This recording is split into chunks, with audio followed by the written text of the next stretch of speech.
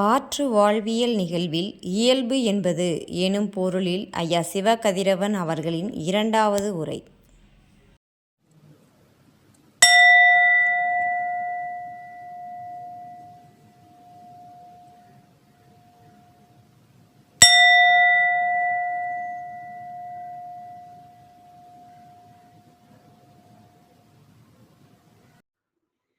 அனைவருக்கும் வணக்கம்.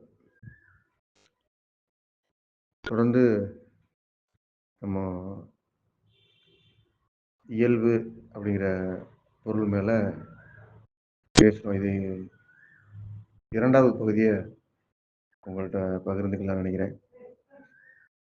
நேற்றைக்கு நம்ம பகிர்ந்து கொண்ட பகுதிங்கிறது ஒரு அறிமுகம். முந்தைய வகுப்புல நம்ம பேசுனது ஒரு அறிமுகம். இப்போ சற்று கூடுதலா வேற சில பகுதிகளை இயல்புனா என்ன அப்படின்னு நீங்க புரிஞ்சுக்கிறதுக்காக சொல்லலாம் அப்படின்னு இன்னைக்கு இந்த உரையாடல் செய்கிறோம். ஏன்னா இன்னைக்கு இயல்பு பற்றி எதுவும் சொல்ல முடியாத அளவுக்கு அல்லது ஒரு முடிவெடுக்க முடியாத அளவுக்கு எல்லாருக்குள்ளேயும் ஒரு சீரில்லாத அல்லது இயல்புனா என்ன அப்படின்னு வகைப்படுத்த முடியாத பல குழப்பங்கள் இருக்கு.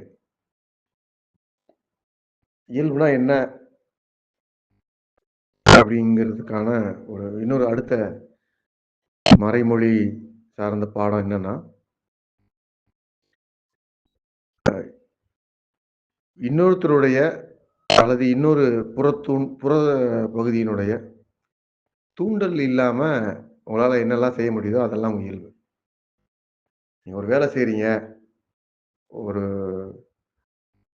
ஒரு வேலை செய்றீங்கன்னு தான் உதாரணமா சொல்ல முடியும். அதுக்கு மேல அதுல விரிவா பேச வேண்டாம்னு நினைக்கிறேன். பிறகு பேசிக்கலாம் அத.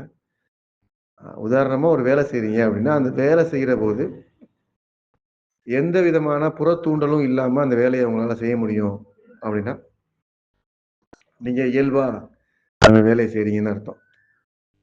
அந்த வேலைக்கு புற தூண்டலா ஏதாவது தேவைப்படுது அப்படின்னா, நீங்க இயல்புல இல்ல. இது அடிப்படையான பாடம். அப்போ இதுல இதனுடைய பின்பக்கம் ஒண்ணு இருக்கு. என்னுடைய நிறைவு பகுதி. என்னன்னா, அது இயல்பினுடைய மறுமுகம் எப்படி இருக்குங்கிறத நான் தொடர்ந்து சொல்றேன். இந்த உரையை முடிக்கிற போது உங்களுக்கு அது என்னன்னு புரியும். அடிப்படையா எந்த ஒரு வேலை செஞ்சாலும் அந்த வேலைக்கு உங்களுக்கு ஒரு புற தூண்டல் தேவைப்படும் அப்படின்னா, உங்களால வேலை செய்யற விஷயங்கள்ல கண்டிப்பா இயல்புலேயே இருக்க முடியலன்னு அர்த்தம். நிறுவனங்கள்ல வேலை பார்க்குறீங்க அப்படின்னா, உங்க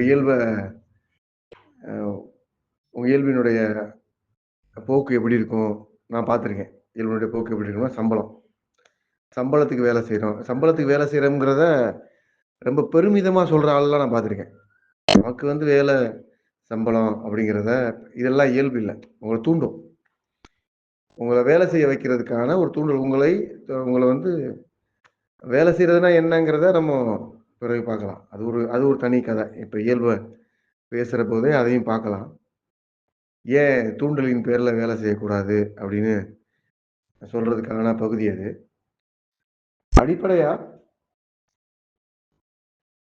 நீங்க செய்யற ஒரு செயல்பாடுங்கிறது அல்லது நீங்க செய்யற ஒரு வேலை என்பது உங்களுடைய இயல்புல இருந்து இருக்கணும் அப்படின்னு கேள்விகள் கேட்குறீங்க. இந்த உரையாடல் உருவாவதற்கான காரணம் அதான். என் இயல்புல இருந்து வேலை செய்யறது எப்படி? நான் இயல்புல இருந்து வாழணும்னு நினைக்கிறேன் எப்படி? நான் இயல்புல தான் இருக்கணும்னு எப்படி கண்டுபிடிக்கிறது? அப்படின்னு பல கேள்விகள் கேட்குறீங்க. அந்த அடிப்படையில தான் இந்த உரையாடல் செய்றோம். அப்போ உங்க முன்னால நான் வைக்கிற ஒரு சவால் என்னன்னா, அந்த சவால நீங்க திறக்கணும். அந்த புதிரை நீங்க விடுவிக்கணும். எந்தெந்த வேலைக்கு உங்களுக்கு ஒரு புற தூண்டல் தேவையில்ல. எந்த புற தூண்டலும் இல்லாம என்னால ஒரு வேலை செய்ய முடியும் அப்படின்னு ஒரு பட்டியல் நீங்க தயார் பண்ணீங்கன்னா, உங்கள்ட்ட என்ன பட்டியல் இருக்குன்னு எனக்கு தெரியல. நீங்க வந்து சமையல் பண்றதா இருக்கலாம், வீட்டு வேலைகள் பார்க்கிறதா இருக்கலாம், ஒரு நிறுவனத்தில வேலை பார்க்கிறதா இருக்கலாம், அரசு துறையா இருக்கலாம், அரசு சாராத துறையா இருக்கலாம். நீங்க சாதாரணமா அன்றாடம் வருமானம் ஈட்டுற மாரியான ஒரு தொழிலா இருக்கலாம். ஒரு நிறுவனமா வச்சு இயங்குற 10 பேருக்கு வேலை குடுத்து செய்ற தொழிலா இருக்கலாம். எந்த விதமான வாழ்க்கை முறைய நீங்க மேற்கொண்டாலும், அதுக்குள்ள நீங்க ஒரு புறத்தூண்டல்ல இருந்து தான் வேலை செய்றத நான் பார்க்குறேன். புறத்தூண்டல் இல்லாம உங்களால வேலை செய்ய முடியாது. இந்த வேலைய ஏன் செய்றேன் அப்படின்னா, சம்பளத்துக்கு செய்றேன். இந்த வேலைய ஏன் செய்றேன்? இன்சென்டிவ் செய்றேன். இந்த வேலைய ஏன் செய்றேன்? நான் மனைவியா இருக்கிறதுனால நான் செஞ்சு தான் ஆகணும். ஆ இப்படி பல அ விஷயங்கள, செயல்பாடுகள உங்களுக்கு ஒரு காரணம் தேவைப்படுது. நீங்க வேலை செய்றதுக்கு, நீங்க இயங்குறதுக்கு, நீங்க பேசுறதுக்கு, நீங்க தூங்குறதுக்கு, நீங்க என்ன செய்றதுக்குமே ஒரு காரணம் தேவைப்படுது. அப்ப இந்த காரணங்கள் இல்லாம ஒரு வேலை உங்களால இயங்க முடியும் அப்படின்னா, அது இயல்பு. அந்த இயக்கம் தான் இயல்பு. இது மாரி எந்த காரணமும் இல்லாம, அ என்னால இயங்க முடியுது. சும்மா அப்படி நானு உட்கார்ந்திருக்கேன். சும்மா ஒரு வேலை செய்றேன். சும்மா நடக்கிறேன். அப்படின்னா, அதுதான் உங்க இயல்பு. சும்மாங்கிறது நான் ஒரு நம்ம இந்த உரைய கொண்டு போணுங்கிறதுக்காக சொல்றேன். எந்த விதமான பயன் விளையும் நோக்கமும் இல்லாம, எதிர்பார்ப்பு நோக்கமும் இல்லாம, நீங்க அந்த அதுக்குள்ளலாம் உட்படாம நீங்க இயங்குறது தான் உங்களுடைய இயல்பு. இந்த நிலை உங்களுக்கு இருக்கான்னு நீங்க பார்க்கணும். இந்த நிலை உங்களுக்கு இருக்கா? அப்படிங்கிறது தான் ரொம்ப முக்கியமா இயல்ப பற்றி நீங்க ஏதாவது புரிஞ்சுக்கணும் அப்படின்னா, இந்த நிலையில இருக்கீங்களா? அப்படின்னு பாருங்க. எனக்கு எந்த புறத்தூண்டலும் இல்லாம நான் வந்து வேலை செய்றேன். என்னால இத செய்ய முடியுது அப்படின்னு நீங்க சொல்ல முடிஞ்சா, நீங்க இயல்பு இருக்கீங்க. அப்படி இல்லன்னா இயல்பே இல்ல. நீ என்ன செஞ்சாலும் அது இயல்பு இல்ல. அதுக்கு நீங்க என்ன பயன் விளையும்? அல்லது அதுக்கான அடுத்த கட்ட ப்ரமோஷன் என்ன? அல்லது அதுக்குரிய அ வேற அதனுடைய போக்கு எப்படி இருக்கும்? அப்படின்னு பல திட்டமிடல் உங்களுக்கு இருந்ததுன்னா, உங்களால இயல்பா இருக்க முடியாது. அது இயல்பே இல்ல. அப்போ இந்த இயல்புங்கிறது அல்லது இயல்புன்னு நம்ம வரையறுக்க என்னுடைய புரிதல்ல இருந்து இயல்புன்னு நான் என்ன உங்கள்ட்ட பகிர்ந்துக்கணும்னு நினைக்கிறேன்னா, எந்த விதமான புறத்தூண்டலும் இல்லாமல் உங்களுக்கு எதெல்லாம் செய்ய முடியுதோ, அதெல்லாம் உங்க இயல்புல செய்யக்கூடியது. அதுதான் உங்க இயல்பு அப்படின்னு ஒரு முடிவுக்கு வரலாம். அதேபோல இந்த புறத்தூண்டல் அப்படிங்கிறத தாண்டி, அம் இந்த இயல்பா ஒரு வேலை செய்றீங்க அப்படின்னா, அந்த அந்த இயல்பா செய்ற வேலையினுடைய விளைவு இருக்கு பாருங்க. அந்த விளைவை பற்றி உங்களுக்கு கவலை இருக்காதுங்கிறது, இந்த பயன் நோக்கி செய்ற தன்மைய நான் குறிப்பிடும்போது உங்களுக்கு சொன்னேன். இப்ப நீங்க முதல் பகுதியா தூண்டல் இல்லாம இயங்குறது இயல்பு. அதே நேரத்துல, அதுல என்ன விளைவு வந்தாலும் அத பற்றியான அக்கறை உங்களுக்கு இருக்காது. இயல்பா செஞ்சீங்கன்னா. அத பத்தி பொருட்படுத்த மாட்டீங்க. ஒரு ரெஸ்பாண்ட் பண்ண மாட்டீங்கன்னு கூட வச்சுக்கலாம். என்ன உங்களுக்கு ஒரு ஓவியம் வரையறீங்கன்னு வச்சுக்கங்களேன். ஒரு ஓவியம் வரையிறபோது, அந்த ஓவியம் எந்த விதமான புறத்தூண்டலும் இல்லாம உங்க உள்ள இருந்து வருது. அந்த ஓவியத்த பார்க்கிறவங்க எவ்வளவு மோசமா வேணாலும் பேசலாம். அதாவது அந்த ஓவியத்த எவ்வளவு பாராட்டியும் பேசலாம். இந்த 2மே உங்கள எதுவும் செய்யாது. உங்க இயல்புலருந்து நீங்க வேலை செய்றபோது, எப்படி முதல் பகுதியில புறத்தூண்டல் இருந்து புறத்தூண்டல்ல இருந்து நீங்க இயங்கலையோ, அதே மாரி அந்த விளைவுல ஏற்படக்கூடிய எந்த பயனையும், அது மேல வரக்கூடிய எந்த விமர்சனத்தையும், பாராட்டையும் கூட நீங்க எடுத்துக்கொள்ள மாட்டீங்க. அது அது போக்குலயே இருக்கும். அப்போ இந்த புரிதல் உங்களுக்கு இருந்ததுன்னா, நீங்க இயல்புல இருக்கீங்கன்னு அர்த்தம். இதுதான் 2வது பகுதி. இயல்புல நேற்றைக்கு பேசின ஒரு ஒரு அறிமுகம். இன்னைக்கு இது ரொம்ப முக்கியமான 2வது பகுதி. இயல்பு எனப்படுவது புறத்தூண்டல் இல்லாமல் உங்களால செய்யக்கூடிய வேலைகள். அப்படி செய்யற வேலையில் உங்களுக்கு கிடைக்கிற பலன் என்னவா இருந்தாலும் அத பற்றி உங்களுக்கு எந்த கருத்தும் இல்லாம இருக்குது. அப்படி என்னென்ன இருக்கீங்க அப்படின்னா ஒண்ணுமே இல்ல. நீங்க வந்து எல்லாத்துக்குமே இந்த சமூகத்துல நான் பார்க்குற அளவுல இன்னைக்கு எல்லாத்துக்குமே ஒரு நோக்கம் அல்லது ஒரு பயன் அல்லது ஒரு இதா நீங்க ஒரு காரியம் செஞ்சுட்டீங்க அப்படின்னா, அதுக்கு ஒரு விளைவ எதிர்பார்த்து செய்ற நிலை தான் இன்னைக்கு வழக்கமா இருக்கு. இது இது இது வந்து நல்லதில்ல. விளைவ எதிர்பார்த்து செய்றது தான் வழக்கமா இருக்கு அப்படிங்கிறது நமக்கு ஒரு நல்ல தன்மையில, நல்ல ஒரு ஆரோக்கியமானது இல்ல. அது நலம் பயக்கக்கூடியது இல்ல. ஏன்னா, நீங்க பயன் அல்லது விளைவ மனசுல வச்சுக்கிட்டு வேலை செய்ய ஆரம்பிச்சுட்டீங்க அப்படின்னா, அது உங்களுடைய சொந்த இயல்புல அது இருக்காது. எடுத்த உடனே சொல்றது, இது இது செஞ்சா என்ன பெனிஃபிட்? அப்படிங்கிற பழக்கம், அப்படிங்கிற பேச்சு பொதுவா எல்லார்ட்டயுமே இருக்கு. இது இது வந்து சமுதாயத்துல பெனிஃபிட் இல்லாம ஒருத்தர் வேலை செய்றாரு அப்படின்னா, அவரு விவரம் இல்லாதவரு அப்படின்னு நினைக்கிற போக்கு அதிகமாயிருச்சு. இதெல்லாம் ஒரு அழுக்கான நிலை. நம்ம பேசுறது, நான் உங்கட்ட அறிமுகப்படுத்தணும் அப்படின்னு நினைக்கிறது, உங்கள மீண்டும் மீண்டும் அ ஒரு ஒரு மனித இயல்பிற்கு கொண்டு வர்றதுக்காக தான் இந்த பேச்சு. அ நீங்க வந்து இயல்புக்கு திரும்பணும். அல்லது நீங்க இயல்பு பற்றி கேட்ட உடனே ஒரு பகுதிய பகிர்ந்துக்கணும் அப்படிங்கிற எல்லாத்துக்குமான என்னுடைய விருப்பம் என்னன்னா, மனித இயல்பை நோக்கி, மனிதனாக உங்களை மாற்றிக்கொள்வதை நோக்கி, நீங்க உங்கள அதுல இணைச்சுக்கிறத நோக்கி பேசுறது மட்டும் தான் இந்த உரையாடலினுடைய பொருளா இருக்கும்னு நினைக்கிறேன். ஏன்னா, ஒருத்தர் இயல்பிலே இருக்கிறாரு அப்படின்னா, நிச்சயமா அவர இந்த சமூகம் பைத்தியக்காரனாவோ, விவரம் இல்லாதவனாவோ அ அப்படியே இருக்கட்டும்.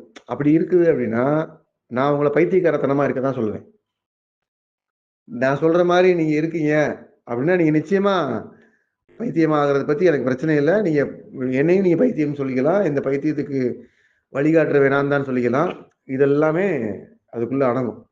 நீங்க எந்த கவலையும் பட வேண்டியதில்ல. நீங்க மனித இயல்போட இருக்கணுங்கிறது மட்டும் தான், நீங்க பாதுகாப்பாவும், அ ஒரு அறமாவும், நீங்க மன நிம்மதியாவும் இருக்கணுங்கிறதுக்கு எல்லாத்துக்கும் அடிப்படையா இருக்கிற ஒண்ணே ஒண்ணு, நீங்க இயல்பா இருக்கிறது, நீங்க மனிதனா இருக்கிறது. நீங்க மனிதனா இருக்கிறது அல்லது இயல்பா இருக்கிறது, நீங்க மனிதனா இருக்கிறதுனால மனித இயல்போட இருக்கிறது தான். வேற ஒண்ணும் அதுல நான் சொல்ல வர்றது இல்ல. நீங்க மனிதனா இருக்கணுங்கிறதுக்கான அ எப்படி நான் மனிதன்னு நெனைக்கிறீங்க? அப்படின்னா, உங்கள்ட்ட மனித இயல்புகள் இருக்கணும். உங்கள்ட்ட மனித இயல்புகள் இருக்கணுங்கிறது தான் இந்த உரையாடலினுடைய நோக்கம். அததான் பேசுறேன் நானு.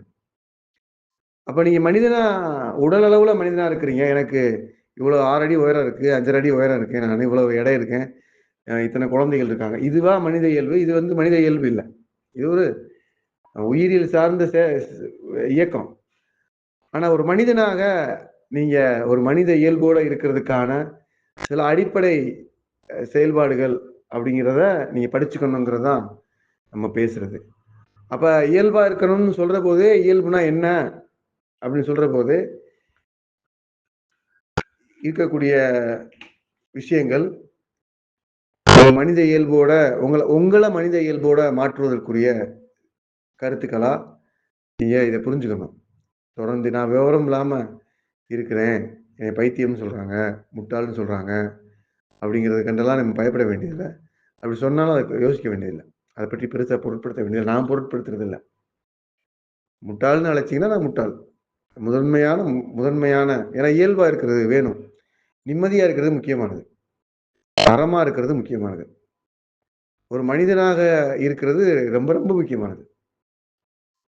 நமக்கு இருக்கிற உடல், நமக்கு இருக்கிற அறிவு, நமக்கு இருக்கிற செயல்பாட்டு ஊக்கம், இது எல்லாமே எந்த அச்சுல இயங்குது அப்படின்னா, நம்ம மனிதன் அப்படிங்கிற அச்சுல தான்.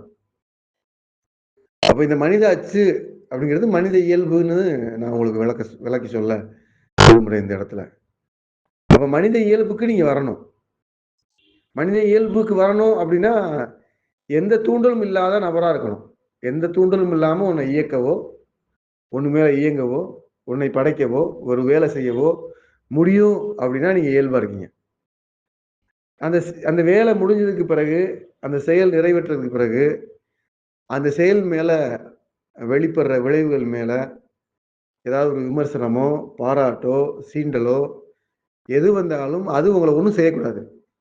இது 2ம் இருந்ததுன்னா, உங்களுடைய நிலை இயல்பா இருக்கு அப்படிங்கிற அப்படிங்கிறத நம்ம புரிஞ்சுக்கலாம். அது இல்லங்கிறத பார்த்துக்கிட்டு, அது இருக்கணுங்கிறத நான் உங்கள்ட்ட சொல்றேன். ஆமா.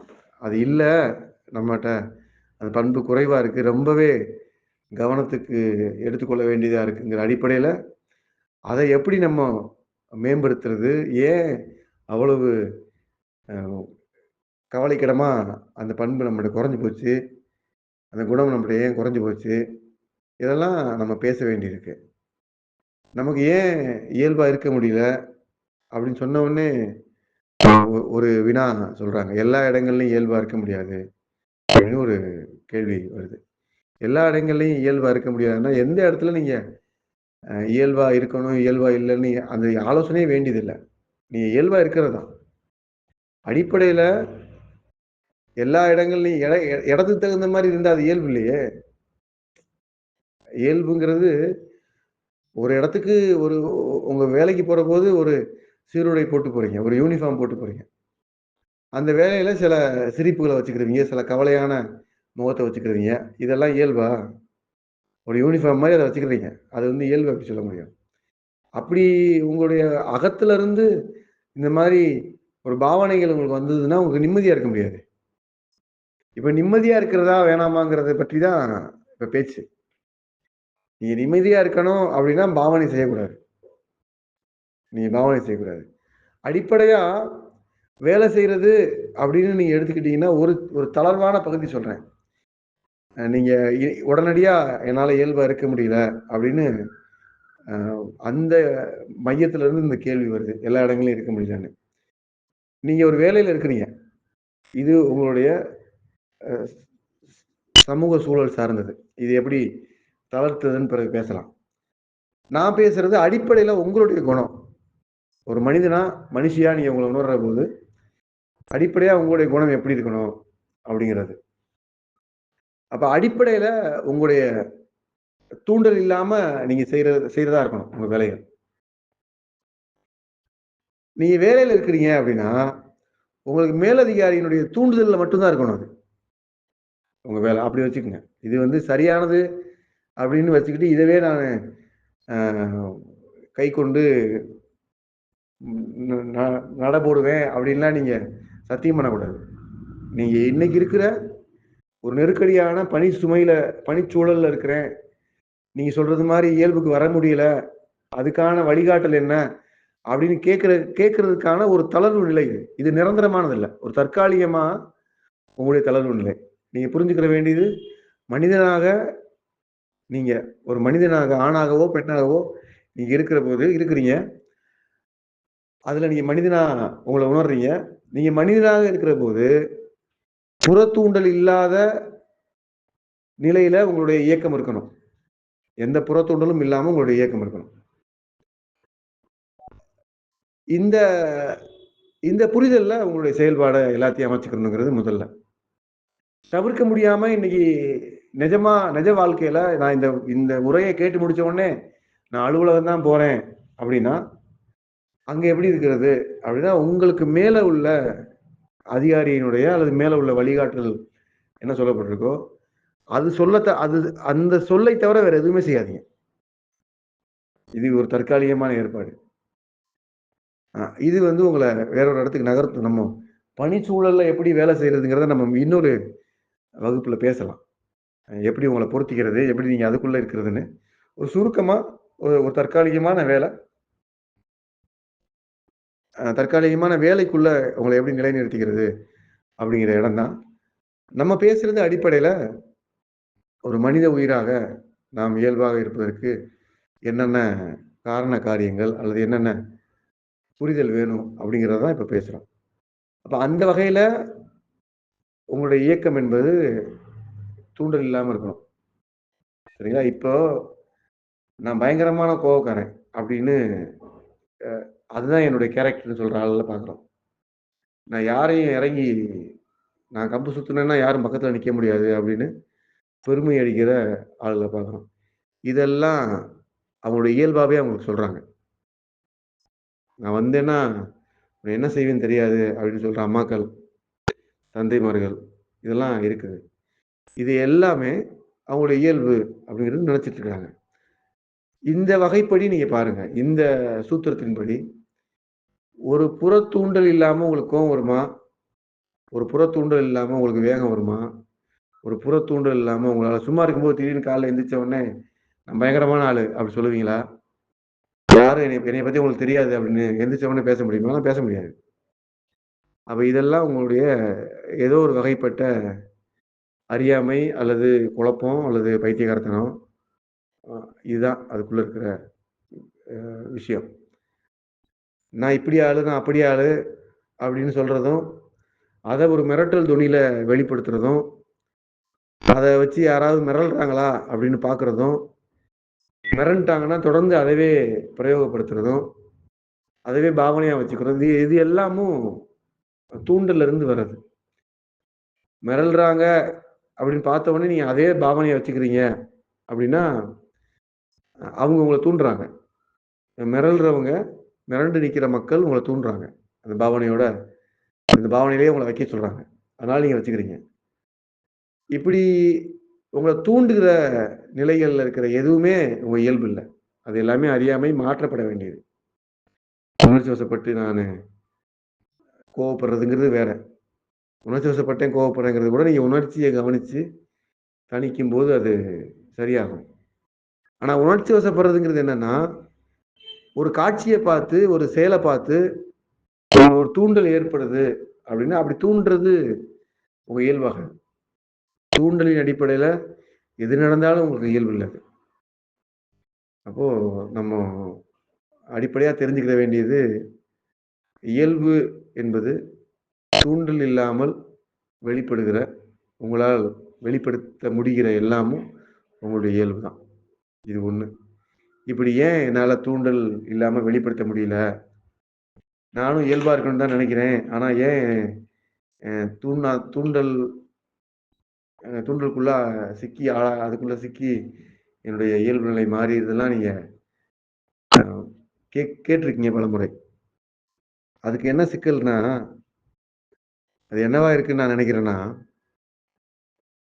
இந்த சமூகத்துக்குள்ள எல்லாருக்கும் இருக்கிற மாரியான குழப்பங்கள் தான். எந்த ஒன்றை பற்றியும் பார்த்த உடனே உங்களுக்கு ஒரு முன்முடிவு வந்துரும். இது இப்படிதான். இது இப்படிதான் இருக்கும். இது இப்படிதான் இருக்கும். இப்படிதான் இருக்கும். இப்படிதான் இருக்கும் அப்படின்னு ஒவ்வொன்றை பற்றியும் ஒரு முன்முடிவு வச்சுருவீங்க. அப்படி முன்முடிவு எதுவும் இல்லன்னா, அத பார்த்த உடனே நீங்க அத எடை போடுவீங்க. அத வச்சு அது மேல ஒரு மார்க் போடுவீங்க. ஒரு மதிப்பெண் போடுவீங்க. 3வது அது மாதிரி செய்வீங்க.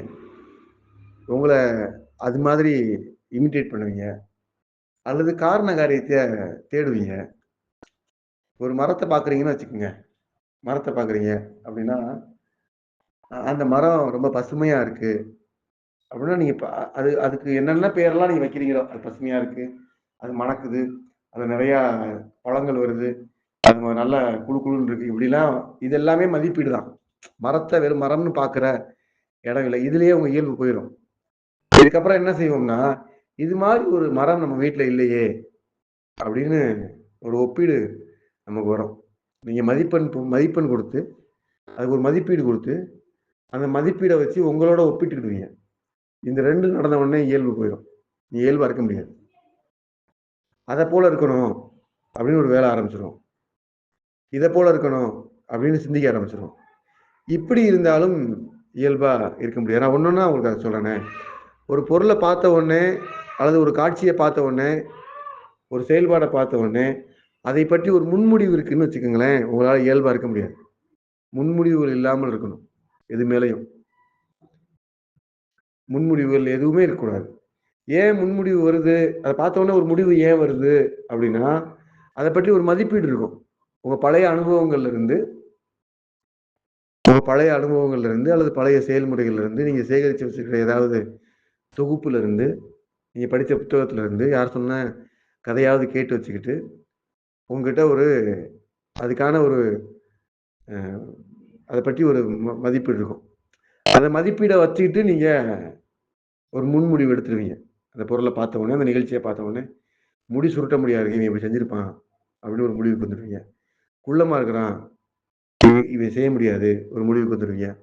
இது இந்த பிள்ளைங்க இப்படி ஆடை உடுத்திருக்காங்க. அதனால இப்படிதான் இருப்பாங்க. அப்படின்னு முடிவுக்கு வந்துருவீங்க. இது எல்லாமும் நீங்க வினையாற்ற இடம் அதான். நான் முதல்ல இன்னைக்கு மனித உயிர்களா இருக்கிற நமக்கு தூண்டல் இல்லாம ஒரு வேலை நடக்கணும்னு நீங்க முடிவு பண்ணி வச்சுட்டீங்கன்னு வச்சுக்கோங்க இப்பவே. எதுவுமே செய்ய மாட்டோம். நமக்கு எதுவுமே இருக்காது. வீட்டுக்கு போணும்னு நெனச்சீங்கன்னா, நம்ம நிஜமாவே இயல்பா வீட்டுக்கு போறோமா? அப்படின்னா பிள்ளைங்க காத்திருப்பாங்கங்கிறது மட்டும் தான் அங்க உங்கள தூண்டும். தூண்டல் அடிப்படையில எந்த வேலையும் செய்யக்கூடாதுன்னு நீங்க முடிவு பண்ணிட்டீங்கன்னு வச்சுக்கங்க. நான் இன்னையிலிருந்து இயல்பா தான் இருக்கேன்னு வச்சுக்கங்க. உங்களுடைய அளவு எப்படி இருக்கும்னா, இன்னைக்கு தூண்டி தூண்டி தான் வாழ்ந்துட்டு இருக்கோம். உங்களுடைய ஒட்டுமொத்த வாழ்க்கை முறையும் தூண்டலின் அடிப்படையில தான் இருக்குது. நான் தூண்டல கைவிட்டுட்டு இயல்பா இருக்க போறேன்னு நீங்க இப்ப முடிவு பண்ணா கூட அது சாத்தியமில்லாதது. இயல்பா இருக்கிறதுன்னா என்னன்னு தெரிஞ்சுக்கிறது மேல நான் சில உண்மைய சொல்லணும்ல. அதனால தான் தற்காலிகமான சில பகுதிகள நான் முதல்ல உங்கள்ட்ட சொன்னேன், விளக்கி சொல்லும்போது. இயல்பா இருக்கிறதுனா என்ன அப்படின்னா, இயல்பா இருக்கிறதுங்கிறது தூண்டல் இல்லாம இருக்கிறது தான் இயல்பா இருக்கிறது. ஆனா இப்ப தூண்டல் இல்லாம இருக்க முடியுமான்னா, உங்களால இருக்கவே முடியாது. நான் எவ்வளோ வேணாலும் பந்தயம் வச்சுக்கிறேன். இது உண்ம. கற்பனையா பேசல. அப்ப தூண்டல் இல்லாம உங்களால இருக்கவே முடியாது அப்படிங்கிற நிஜத்திலிருந்து பார்க்கும்போது, நீங்க எந்திரிக்கவே வேலை இல்ல. நடக்க வேலை இல்ல. வீட்டுக்கு போகணுன்ற அவசியம் இருக்காது. எல்லாத்துக்குள்ளயும் நீங்க கேள்வி கேட்டு பாருங்களேன். அப்போ இந்த தூண்டல கைவிட்டுட்டா, உங்களுக்கு இயக்கமே இருக்காது. இத மீறி நீங்க இயங்குறீங்க அப்படின்னா, இந்த மதிப்பீடு, முன்முடிவு, ஒன்றைப் போலவே நம்மளும் இருக்கணும் அப்படின்னு ஒப்பிட்டு பார்க்கிறது, இதெல்லாம் அ இந்த தூண்டலின் அடிப்படையில இயங்குறதுனால தான் வர்றது. நீங்க தூண்டல கைவிட்டுட்டீங்கன்னா, இது அவசியம் இல்ல. இந்த 2வது பகுதியே அவசியம் இல்ல.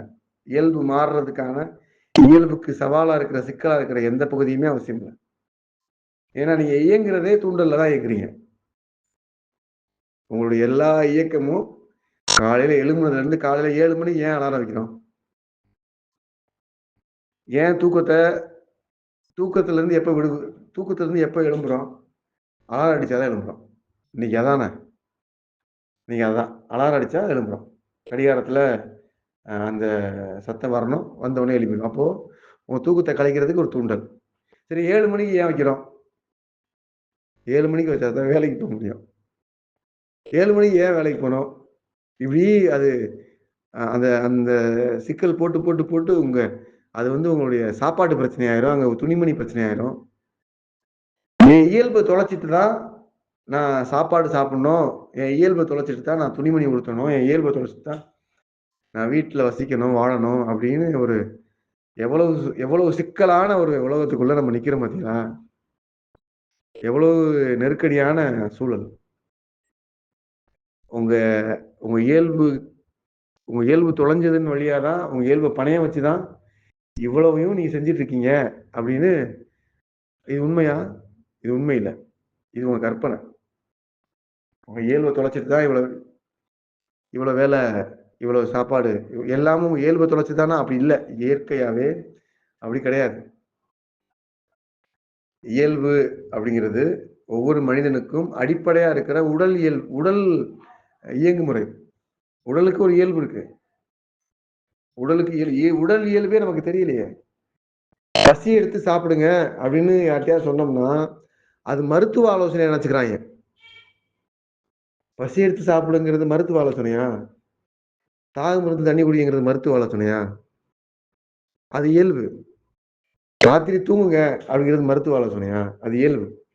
இன்னைக்கு ராத்திரி தூங்குங்கங்கிறது, பசி எடுத்து சாப்பிடுங்கன்னு சொல்றது, தாகம் எடுத்தா தண்ணி குடிங்கன்னு சொல்றது, இதெல்லாம் மருத்துவ ஆலோசனையா மாறிடுச்சுன்னா, எவ்வளவு கேட்ல நிக்கிறோம். இந்த சமூகம் நான் சொல்ல சொல்ல தலையாட்டுறீங்க எல்லாரும். எவ்வளவு கேடான நிலையில இந்த சமூகம் இருக்குது. அப்போ இந்த கேட்டிலிருந்து இந்த கேடுகள்ல இருந்து விடுபடுறதுக்கு நம்ம செய்ய வேண்டியது என்ன அப்படின்னா, முதல்ல இந்த முன்முடிவுகள் இல்லாம ஒண்ண பாருங்க. மதிப்பீடு இல்லாம ஒண்ண அணுகுறதுக்கு முயற்சி பண்ணுங்க. எதையும் ஒப்பிட்டு பார்க்காதீங்க. இத போல அது இருக்கணும், அத போல இருக்கணும் அப்படின்னு அதுல உங்கள பொருத்தி பார்க்காதீங்க. என் பையன் மூத்த பையனும், இளைய பையனையும் பொருத்தி பார்ப்பீங்களா? உங்க வீட்ல உள்ள குழந்தைகள ஒப்பிட்டு பார்ப்பீங்களா?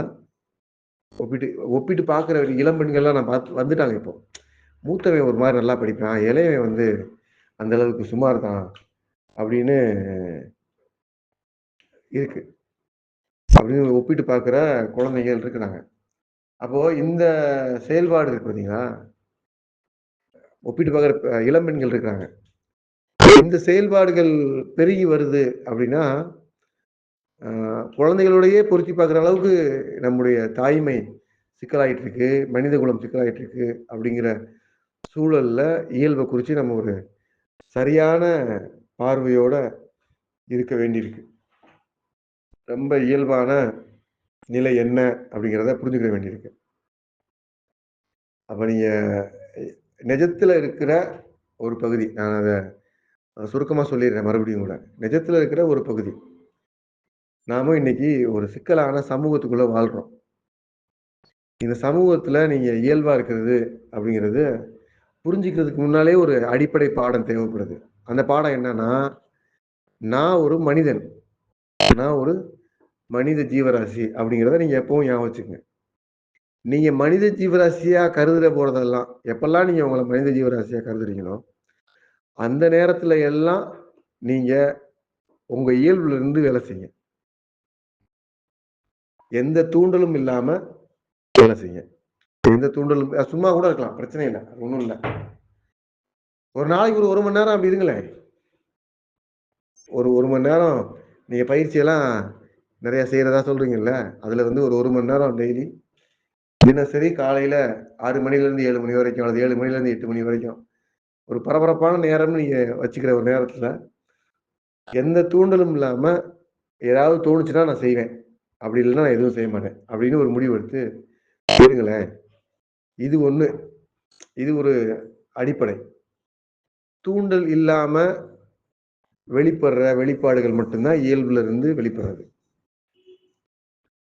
அப்போ நாம இன்னைக்கு இருக்கிற சமூக அமைப்புக்குள்ள, பணி அமைப்புக்குள்ள, நம்ம சார்ந்து இருக்கிற அமைப்புகளுக்குள்ள, நம்ம ஒரு மனிதனாவோ, ஒரு மனுஷியாவோ நம்ம கருதப்படுறோமாங்கிற கேள்வி ஒரு பக்கம் இருக்கு. அதுதான் நான் அப்புறம் பேசலாம்னு சொன்னேன். ஆனா நிஜத்துல அப்படி இருக்கோம். மனிதனாவோ, மனுஷியா கூட நம்மள மதிக்கல. ஆனா இங்க எப்படி இயல்பா இருக்கிறது? அப்படின்னா அதுக்கு நேரடியான விடை அந்த கைவிடுறது தான். அந்த நிறுவனத்த நீங்க கைவிட்டு வெளிய வர்றது தான். ஆனா அப்படி சொன்னா நீங்க என்னைய கைவிட்டுருவீங்க. என்ன?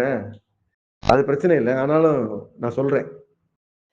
ஒரு தற்காலிகமான ஏற்பாடா, அந்த நிறுவனம் உங்ககிட்ட என்ன வேலை சொல்லியிருக்கோ, அந்த வேலைய தவிர வேற எதையுமே செய்யாதீங்க. அந்த நிறுவன ஆளா இருக்கிற 8 மணி நேரம் அப்படின்னா 8 மணி நேரம் அது மட்டும். மீதம் இருக்கிற அந்த 8 மணி நேரம் உறக்கம் போக, மீதம் இருக்கிற 8 மணி நேரம் நீங்க ஒரு மனித உயிரா இருந்து, இயல்பு நிலைக்கு நகரணும் அப்படிங்கிற புரிதலோட, எந்த விதமான தூண்டலும் இல்லாம என்ன செய்யணும்னு உங்களுக்கு உந்துதல் வருதோ, அத மட்டும் செய்யுங்க. இது 1வது. 2வது பகுதி, உங்களுடைய அணுகுமுறையில இருக்கக்கூடிய முடிவுகளோட பார்க்கிறது. எந்த ஒண்ணையும் முடிவெடுத்து வச்சுக்கிட்டு பார்க்கிறது. அல்லது பழைய அனுபவங்கள்ல இருந்து பார்க்கிறது. அல்லது ஒப்பிட்டு பார்க்கிறது. இப்படியான செயல்முறைகள கைவிடுங்க. இந்த 2யும் நீங்க தொடர்ந்து செய்றீங்க அப்படின்னா, அது உங்களுக்கு ஒரு நிம்மதியான, இயல்பான இயங்குமுறைய, செயலாக்கத்த குடுத்துட்டே இருக்கும். அது வந்து அது டெய்லி ஒர்க். அது தினசரி நீங்க அந்த போக்குல கவனிச்சு போக வேணும். அதுதான் இயல்பு நோக்கி நகர்றதுக்கான நடைமுறை. அந்த நடைமுறையோட நீங்க உங்களுடைய செயல்பாடுகள வச்சுக்கிட்டீங்க அப்படின்னா, இயல்பா இருக்க முடியும். இயல்பா உங்களால வாழ முடியும். நிம்மதியா இருக்க முடியும். நான் ஏன் நிம்மதியா இருக்கணும் அப்படின்னு கேள்வி வந்ததுன்னா, நீங்க மனிதனா இருக்கிறீங்க அப்படின்னா, அடிப்படையில நீங்க நிம்மதியா இருக்கணும். நீங்க மனிதனா இருக்கிறீங்க அப்படின்னா, அதுக்கு சில இயல்பு குணங்கள் இருக்கு. அந்த இயல்பு நிலைகள் இருக்கு. அந்த நிலைகளையும், அந்த இயல்புக்குரிய குணங்களையும் நீங்க கைக்கொள்வீங்க, புரிஞ்சு கொள்வீங்க. அத பின்பற்றி அதுவாக நீங்க மாறிக்கொள்வீங்க அப்படின்னா, உங்கள அது நிம்மதி மிகுந்த, நிறைவு மிகுந்த மனிதனாக மாறுவதற்கு உதவியா இருக்கும். அடிப்படையா நீங்க மனிதனா மாறணுங்கிறது உங்களுடைய உரிமை. இன்னைக்கு ரொம்ப தூரம் விலகி போயிருக்கிறோம். அதுல ஒரு உதாரணம் தான் நீங்க சொன்னது. நாம எல்லா சாப்பாட்டுக்காகவும், உடுத்துற உடைக்காகவும், நம்முடைய தங்குற இடத்துக்காகவும், நம்மளுடைய அத்தியாவசிய செயல்பாடுகளுக்காக கூட நம்ம இயல்ப பணையம் வச்சு தான் வேலை செய்றோம் அப்படின்னு ஒரு நம்பிக்கைய இந்த சமூகம் உருவாக்கியிருக்கு. அது ரொம்ப அபத்தமான அது ஒரு மூட நம்பிக்கை. அது அப்படி இல்ல. இயல்புல இருக்கிற ஒரு மனிதனை யாராலயும் எதுவும் செய்ய முடியாது. அவனுக்கான உணவு அவனுக்கு உணவு படைத்த பிறகு தான் அவனே படைக்கப்படுறான் அப்படின்னு மறைநூல்கள்ல சொல்லப்பட்டிருக்கு. இந்த பூமியில உள்ள ஜீவராசிகளுக்கான உணவை படைத்து விட்டு தான் அந்த மனிதனே ஜீவராசிகளே படைக்கப்படுவதா குர்ஆன் ஒரு இடத்துல சொல்லுது. மறைநூல்கள் பல மறைநூல்கள்ல இந்த கருத்து இருக்கு. ஒரு மனிதனுக்குரிய உணவு அவன் பிறக்கிறதுக்கு முன்னாலே வந்துருமாம். ஒரு ஜீவராசிக்குரிய தங்குமிடம் அது பிறக்கிறதுக்கு முன்னாலே வந்துருமாம். அப்ப உங்களுக்கும் எனக்கும் மட்டும் இயல்பெல்லாம் தியாகம் பண்ணா தான் வரும் அப்படிங்கிறது மடத்தனமா இல்லையா? அது அப்படி இல்ல. சமூகம் திரும்ப திரும்ப அத சொல்லி அப்படி ஒரு போலியான சித்திரத்த உங்களுக்கு உருவாக்கி குடுத்திருக்கு. அது அப்படியானதா இல்ல. ஒரு மனிதனுடைய இயல்பை நோக்கி நம்ம நகரணும். அப்படி நகர்றதன் வழியா ஒரு ஒரு மேலான வாழ்க்கை முறைய வாழ முடியும். அப்படிதான் வாழணும் அப்படிங்கிறது என்னுடைய விருப்பம். இந்த இந்த உரைக்குள்ள ஆழ்ந்து நீங்க செய்திகள புரிஞ்சுக்கணும்.